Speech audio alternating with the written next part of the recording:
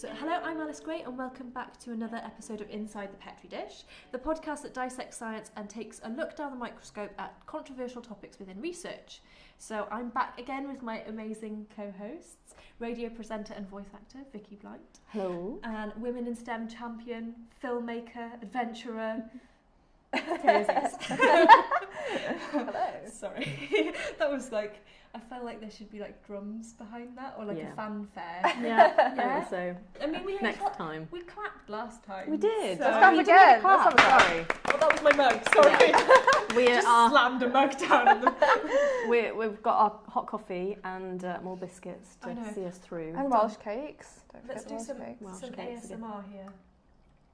Oh, lovely. Oh. That's just a little dribble. I know, there's no tea left. Slightly less. She's drunk it all. Yeah. It's all fun. There's a teapot that wasn't just like some weird... It's a cute teapot. Let's leave that there. This is going in a very wrong direction. Let's get on to what you want me to look at this time around. So last time we did the whole vaccination immunisation thing, and I found that really useful. It was really stirred up so interesting. many questions, but we did in that discussion mention Mr. Donald Trump.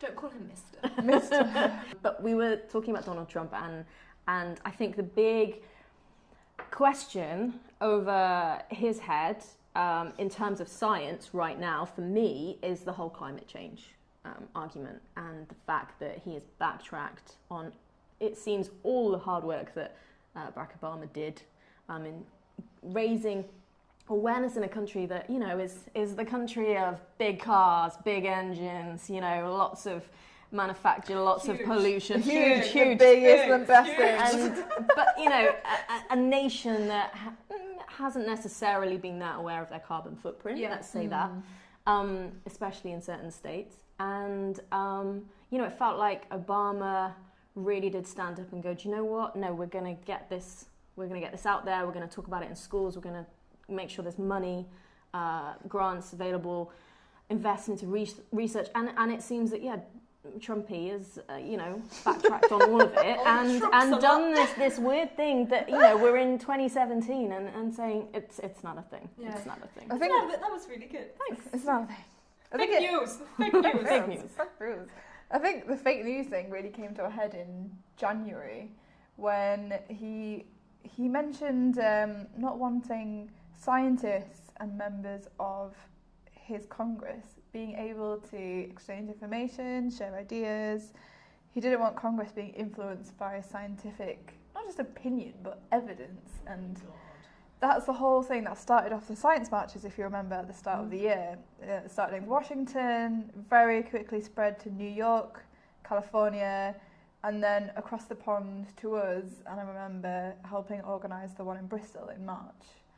And it was just, it was amazing. It was great to have this community of scientists, and not just scientists, but people that obviously understand the value of evidence-based opinion. But this ridiculous notion that scientists should be held back and that their research shouldn't be communicated and it shouldn't have a place in politics and governance and policy, which is, you know, people were arguing that if you're taking scientists out of the picture, you're just allowing opinions of select individuals to take precedence and for that to become law. And it's just as dangerous as not having any kind of like fact checking or evidence base at all. I can't remember the statistic, but the number of scientists in politics is incredibly low. And I mean, it's really valuable because it helps to keep things in check. Like, for example, in Wales, one of the UKIP MPs, he actually sells bleach as it's an industrial strength bleach. It sells it as a health product. It says it'll like cut your risk of cancer, and you drink it. And he believes in that and sells that, and is also informing policies that could be influencing science, but also healthcare. That's just dangerous. So when it comes to old Trumpy, we're talking about climate change here, aren't we? Yeah, I think so. Okay, I'll go find some people and we'll We'll see what's up. What's going on with climate change? Fake news, fake news! It's huge! So I'm joined by Rachel Smith, or as I know her as the blonde biologist from Instagram. She's an environmental scientist and she is in Honolulu, Hawaii. Is it Thanksgiving today? It is Thanksgiving today. Oh, happy Thanksgiving! Thank you so much. It's not going to be Thanksgiving when this goes out, but that's really interesting. And I bet the weather's a lot nicer than it is here in Cardiff. Oh, it's beautiful, sunny and 75. Oh my gosh, sounds amazing. So, first things first, can you tell us a little bit about your work? I'm an environmental health specialist. I work for the state of Hawaii. Now, I can't give a whole lot of information away. There is a lot of confidentiality involved working for the state government. However, I do work in regulation, so it has been a real learning curve for me. You know, my background is in environmental science and biology. So learning to be a law enforcement agent has really been different for me. Learning the laws and policy involved with the science that you've learned in school. That's so interesting. So do you get to arrest people? I don't get to arrest people. I don't have a gun. So what we do is we're basically the garbage police. So, people will give us a call, say there's tires dumped on the side of the road. So-and-so is doing this that violates our environmental rules. So basically we're just enforcing, making sure that things aren't reaching the ocean, making sure that trash is going in bins where it's supposed to be, and that also a big part of our job is regulating companies. So every transfer station, every recycling center, every landfill in the state has to have a permit with our office in order to operate. So we make sure that they're not cutting corners. We are making sure they're following all the rules. We provide support if needed for, new designs, new policies they want to implement. So it's a really interesting job being part of the behind the scenes. It sounds amazing, especially based in Hawaii. I mean, if you did that in South Wales, it wouldn't be half as fun. During this section of Inside the Petri Dish, we're looking at climate change and we're looking at the human impact on the planet and how that's ultimately changing our surroundings as we know it. So we used to call it global warming, but obviously the actual environmental changes that happen aren't necessarily associated with warming. It's associated with more drastic changes in weather. So can you give us some insight into that? Yeah, so climate change and global warming, they kind of turn into these two big hot topic words that can seem a little scary. Basically, it's kind of the same thing, global warming is talking about the recent trend we've seen in a lot of places where the Earth's temperature has risen about a degree, I believe is what I've seen recently. But that doesn't mean that it's warming everywhere. So the climate change trend that we're seeing right now is because of these greenhouse gases, which we can get into later, but it's trapping heat in the environment. So what that means is some places you're going to see a heat change, you're going to see less rain, more drought in those areas. But because the weather and the climate is connected throughout the Earth through the wind patterns and the ocean patterns, that also means you're going to see more precipitation in some areas, more snowfall, more intense winters. So it can be kind of confusing, like you said, with the global warming phrase, because some people say, it's snowing here. How can there be climate change? Yeah, exactly. So we can't discuss the future of the planet in terms of climate change and sustainability without talking about recycling. And obviously you have a huge role to play in making sure that people are doing this. So what can we do to make our lives more sustainable or more friendly to the planet?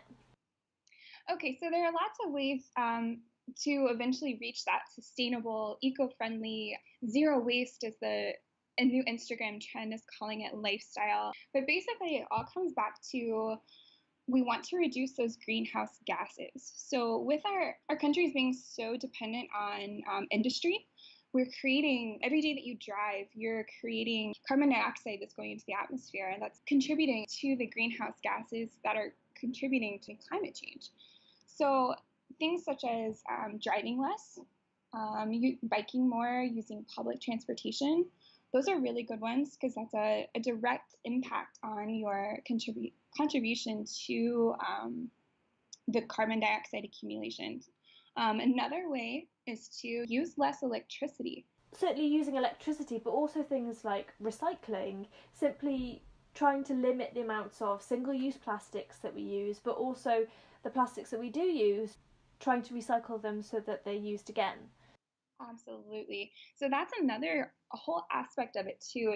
And what we're seeing out here in Honolulu is we're getting the effects of global warming. You know, the sea levels are rising. We're losing a little bit of our land every day. I actually live across the street from hotels, and when you do your beach walk, you see the places where their beachfront used to be, they're having to do alterations now because the sea is coming up higher. So we're seeing direct effects of climate change, but also effects of our plastic pollution. So not recycling and throwing everything into landfill or tossing it out the window is causing all of these things to end up in our oceans. And so that's hurting our wildlife even more. In addition to, you know, the heating of our oceans and our atmosphere out here. And I think because when we throw something away, it goes to landfill, we never see it again, we don't realise where that stuff ends up. And it's not until you go to the beach or you go to a beautiful island in the middle of nowhere and you see like plastic bottles and Croc shoes and things washed up on the beach, and it suddenly hits people that the things we throw away have a further a downstream consequence. Absolutely. And there is a thing called the Great Garbage Patch. Now there's two contributing ocean currents out here, bringing trash all the way from California around in this big loop to Japan and back around, and we are caught right in the middle here in Hawaii. So we're seeing things washed up with labels from California, Oregon, out here, you know, thousands of miles away. We're getting Asian toys wash up on our beach. So your impact isn't just local; it's spreading all over the globe as well. So and that obviously affects ocean wildlife. We see ocean animals ingesting these plastics and dying as a result of it. So not only could it be washed up somewhere, it could result in the death of animals, that some of which are endangered already. Absolutely. It is affecting our endangered species, and it also is affecting our human health as well. You know, our mission for the state of Hawaii is for the Department of Health is to protect human health and the environment. And why we're trying to do this diversion from the landfill and encouraging people to recycle is it does affect you as well. If you're eating this seafood, the animals that have survived and eaten plastic, they have the plastic in their bodies. And, you know, you hear about BPA and things like that. You're ingesting those materials as well. So it's not only for the animals. If you want to be selfish and think about for yourself, it's actually you're hurting yourself in the long run by throwing that single-use plastic out the window, or you know, not using a reusable cup. In the UK, we have a scheme where if you want to use a single-use plastic bag, you have to pay for it. So that can be 5 or 10p. And it was first introduced in Wales, and it was so popular they took it into England. And this has seen a huge reduction in the number of single-use plastic bags that are used, which is great. And any money that is raised through those plastic bags is given to charity. And there are still so many bags being used that thousands of pounds is being donated to charity, which is great for the charity, but it does still highlight how many plastic bags are still used, that a 5p bag could raise thousands and thousands of pounds for charity. So while we're on the topic of bags, you sell bags on Etsy. Can you tell us a little bit about that? Yes, so I love that you guys are doing the, sounds like you have some kind of plastic bag ban out there, which we have here as well. And while you do see like you said, they have those heavier duty plastic bags for sale, and they do charge for those because sometimes, we're not perfect. You forget your bag sometimes. But what I'm trying to do and trying to promote an opportunity here is to try to change your outlook. Try to, I guess, have a cute bag with you that's also functional. So, it's hard to always remember your kind of ugly grocery bags, So I think it's great if you can have a bag like the one that I sell on Etsy. It's made of jute, which is a vegetable fiber, and it has cotton handles. And so it's if you would throw that away later, years down the road, those materials are going to be biodegradable, and then plastic isn't going to sit in the landfill for years, but. It's a cute alternative to, you always have a bag with you. You can put your clothes in there from shopping stores. You can use it for a grocery, just a multi-use. But I really think it's a lifestyle change, not being dependent on, the store will have it, just being prepared ahead of time. That's fantastic. The thought of making something fashionable yet usable is really great. And I think on that topic, if we look at the Starbucks cups that come out every year, like the Christmassy ones, where they will go to Starbucks specifically to get the Christmas cups, and they're not reusable. They'll end up in a landfill somewhere, and it's a shame sometimes when fashion or something that is fashionable isn't also sustainable at the same time. You are so right. And I think, once again, that just goes back to our culture and our lifestyles. We're so used to this fast fashion, and we want it right now, but don't need it 5 minutes later. It's really going to take kind of slowing down and thinking about, it does make a cute picture, but I could just buy a red cup that I could reuse over and over again. And it's still kind of the same festive thing, but you're not destroying the environment in the process, Exactly. And the final thing I wanted to talk to you about was you were recently featured as part of the BBC 100 Women project on Instagram. Yeah, absolutely. So I was given the opportunity to showcase a day in the life of me. So working as an environmental scientist, living out in Honolulu and seeing firsthand the gorgeous wildlife, the endangered species, and then also the floating plastic soup that they are living in. So it was a wonderful opportunity. I was able to share some pictures and some anecdotes. I also shared I've been involved with some beach cleanups lately. I've been hosting, with the help of One Piece Each, a nonprofit organization out here, trying to pick up and trying to raise awareness for mainly the plastic pollution is what we're seeing. You see glass bottles, things like that, but we're seeing disposable serveware on our beaches. We're seeing plastic drink bottles, balloons, cigarette butts, all sorts of things that you shouldn't be seeing on the beaches. So that also gave me a great platform to share that as well. What the work that the locals out here have been doing to help defeat the plastic pollution. That's amazing. Thank you so much for joining me on my podcast. And I suggest anyone listening to go and follow you on Instagram. It's @blondebiologist, because I do, and it gives me life every day. So thank you so much for joining me, and I look forward to seeing more of you on Instagram. Thank you so much, Alice. So that's it for this episode of Inside the Petri Dish. The work Rachel is doing is amazing. Not only researching into environmental science, but making a difference of the amount of litter on our beaches. Next time, I'm joined by another amazing guest to find out more about this topic. So until next time, see you later.